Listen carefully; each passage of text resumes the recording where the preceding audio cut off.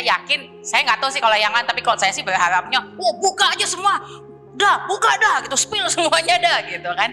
Nah, di hari-hari pertama Presiden Prabowo dilantik, beliau sudah melakukan pelanggaran.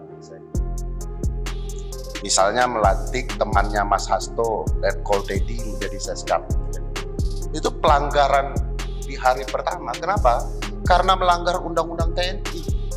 Bagi saya, kalau seluruh pejabat publik membaca betapa pentingnya hukum diatur untuk mengendalikan nafsu politik, maka sesungguhnya kita menyelesaikan persoalan penting bangsa ini dari berbagai dekade.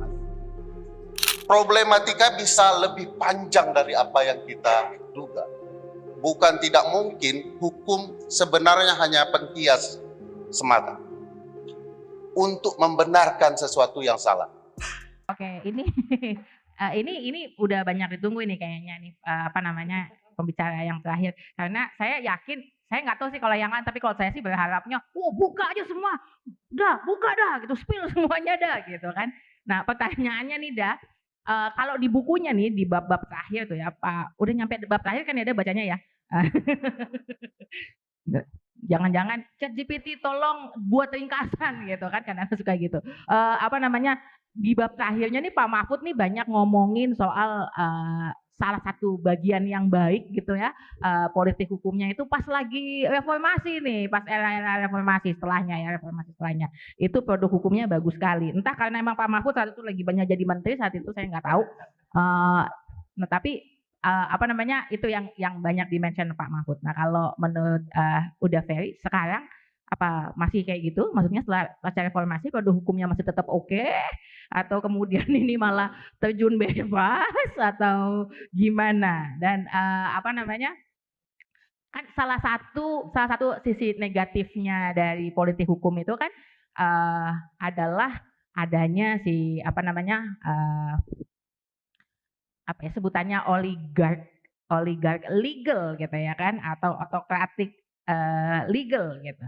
Nah, apakah memang itu tampak gitu ya ancaman itu? Enggak, saya nggak ngomong di sini gitu ya, misalnya apakah misalnya kalau pendapatnya Uda Ferry bahwa iya nih ada ancaman kayak gitu, nggak harus di sini, misalnya bisa aja di Konoha gitu, apakah emang ada kayak gitu hari ini gitu. Monggo silakan Uda Ferry menjelaskan. Terima kasih Mbak Inaya. Moderator yang baik itu tahu isi kepala pembicara. Jadi pertanyaan itu disesuaikan dengan isi kepala. Assalamualaikum warahmatullahi wabarakatuh.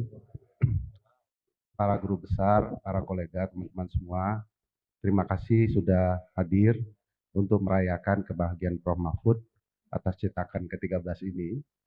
Sebagian besar di ruang ini seingat saya berhutang dengan buku ini, karena kami di S1 dari tahun 1 sudah membaca dan memperdebatkannya. Janci Arizona salah satunya hobi memperdebatkan buku ini. Dia agak tersanjung karena kiblat buku ini memperjuangkan perspektif agraria di satu sisi. Saya tidak tahu lahir bukunya soal konstitusi agraria itu pengaruh Pro Jimli atau Prof. Mahfud gitu ya. Pokoknya salah satunya. Dan tentu ini membahagiakan jauh hampir menjelang 29 tahun kami memegang buku ini, lalu saya didaulat oleh Mas Budi, entah apa alasannya, mungkin dihasut Mbak Inaya untuk kemudian mengulas buku ini. Jadi buku ini sebagian besar sudah kami baca selama itu. Nah, bab terakhir itulah kemudian yang kemudian saya renung-renungkan. Kalau ditanya apakah sekarang konfigurasinya lebih dekat ke politik sehingga mempengaruhi hukum dan politik menjadi begitu mengendalikan atas hukum, atau sebaliknya politisi bergerak di rel hukum yang diharapkan. Prof. Mahfud menggunakan istilah rel dan lokomotif itu sampai sekarang masih kami ingat. Apakah politik yang menjadi lokomotif itu sesuai berjalan di rel yang tepat? Dan rel itu bagi saya dan semua orang hukum tata negara adalah konstitusi kita. Nah, sayangnya kalau dilihat praktik kekinian, nah sesuai harapan ya, pakai kata sayangnya, Di hari-hari pertama Presiden Prabowo dilantik, beliau sudah melakukan pelanggaran. Misalnya melantik temannya Mas Hasto, Letkol Teddy menjadi Seskap. Gitu ya. Itu pelanggaran di hari pertama. Kenapa? Karena melanggar Undang-Undang TNI. Di Undang-Undang TNI ketika itu dilarang prajurit aktif mengisi jabatan Seskap. Semua orang HTN bicara, ini salah, nggak benar. Hari pertama langsung melanggar hukum. Gitu ya. Tiba-tiba keluar Perpres baru yang mengatakan bahwa Seskap berada di bawah Sesmilpres. Supaya apa? Supaya matching dengan hukum Undang-Undang TNI-nya. Karena prajurit aktif boleh mengisi jabatan Sesmilpres, Sekretaris Militer Presiden. Jadi kalau Seskap di bawah Sesmilpres, cocok nih barang. Tapi karena sudah dikritik sana-sini, tetap akhirnya direvisi Undang-Undang TNI-nya, lalu di dalam Undang-Undang TNI dibuka ruang kepada seorang Seskap boleh menjadi prajurit aktif. Lebih malangnya lagi, prajurit aktif ini bisa semuanya. Gitu ya. Bisa jadi mahasiswa S3, bisa Seskuat, langsung menjadi Seskap. Gambaran ini kita bisa membaca konfigurasi hukum di Indonesia dengan baik sejak hari pertama pemerintahan berkuasa. Kalau dibawa kemana-mana ke ujung, sebenarnya bukunya harusnya jauh lebih tebal lagi ya, revisi ini. Tapi ya pasti banyak kesedihan juga membaca konfigurasi politik kita dan konfigurasi hukum di tanah air. Yang Prof. Mahfud lupa menurut saya adalah waktu beliau menjabat menjadi Menko Polhukam, memberikan buku ini ke Pak Jokowi. Gitu ya. Supaya beliau sadar bahwa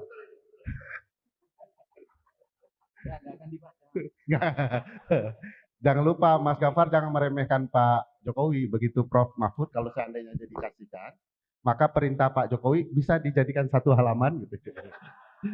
Untuk menyederhanakan masalah yang begitu besar.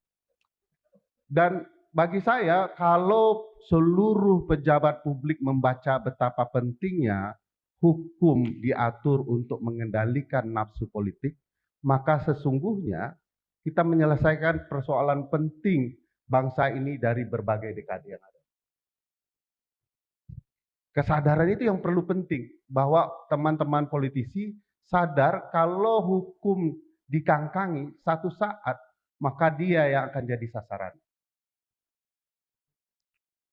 Jadi cukup Mas Hasto dan saya lah jadi contohnya. Bagaimana kemudian hukum bisa merusak berbagai jalur politik yang ada.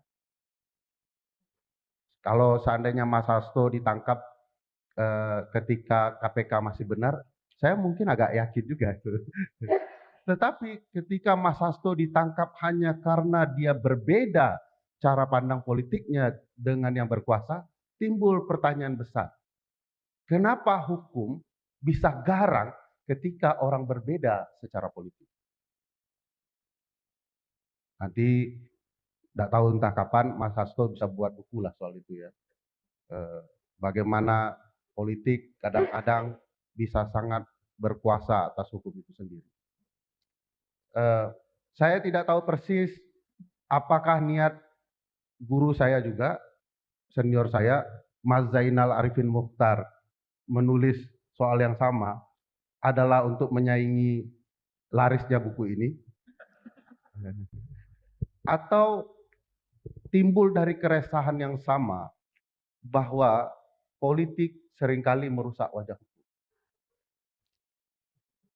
Jadi Mas Gafar sebenarnya orang hukum tidak khawatir dengan dominan atau tidak dominannya politik atas hukum. Tapi politik yang seperti apa? Nah, selama ini kita melihat kehendak politik itu bermacam-macam dan berubah seiring waktu. Waktu reformasi, Petambak Inaya, bagus semua tuh. Ceritanya lebih menyenangkan. Tetapi kita sadar bahwa politik tidak tahan godaan.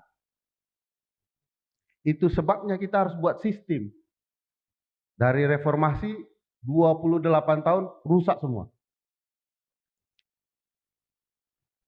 Buku ini sebenarnya menyitir itu juga. Meskipun secara perspektif hukum tata negara, perubahan konstitusi itu adalah sesuatu yang tidak mungkin dihindari.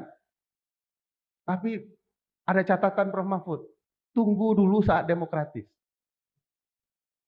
Nah, kapan demokratisnya?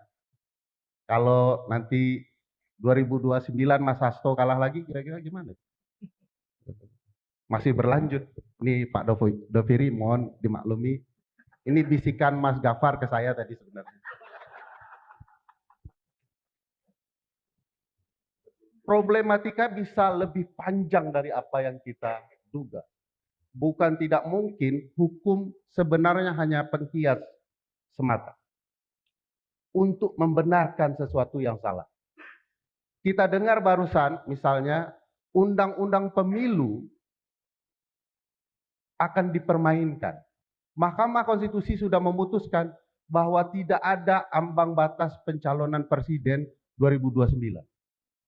Tapi DPR merencanakan memang tidak ada ambang batas, tetapi setiap calon presiden harus didukung minimal 3 partai politik. Lah itu ambang batas juga itu sebenarnya. Jadi kita sedang ditipu-tipu oleh kekuasaan.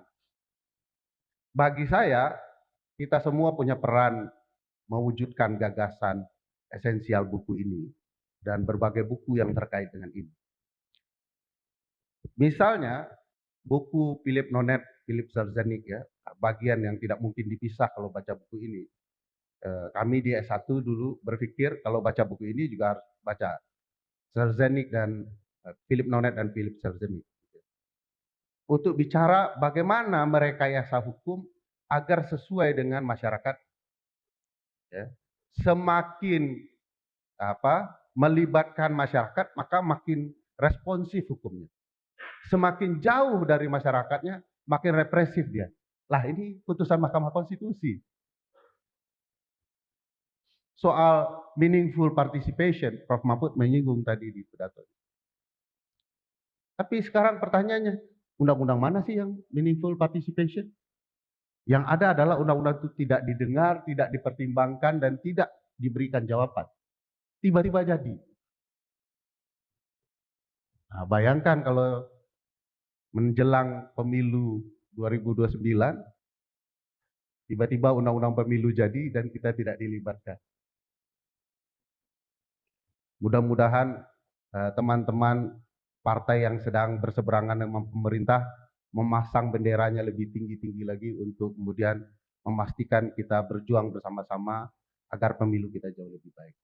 Jadi kalau bicara hari ini Mbak Inayah, jauh ceritanya dari apa yang diceritakan harapan buku ini dengan berbagai buku yang lain serta yang dulu ayahandamu kan Inayah ya.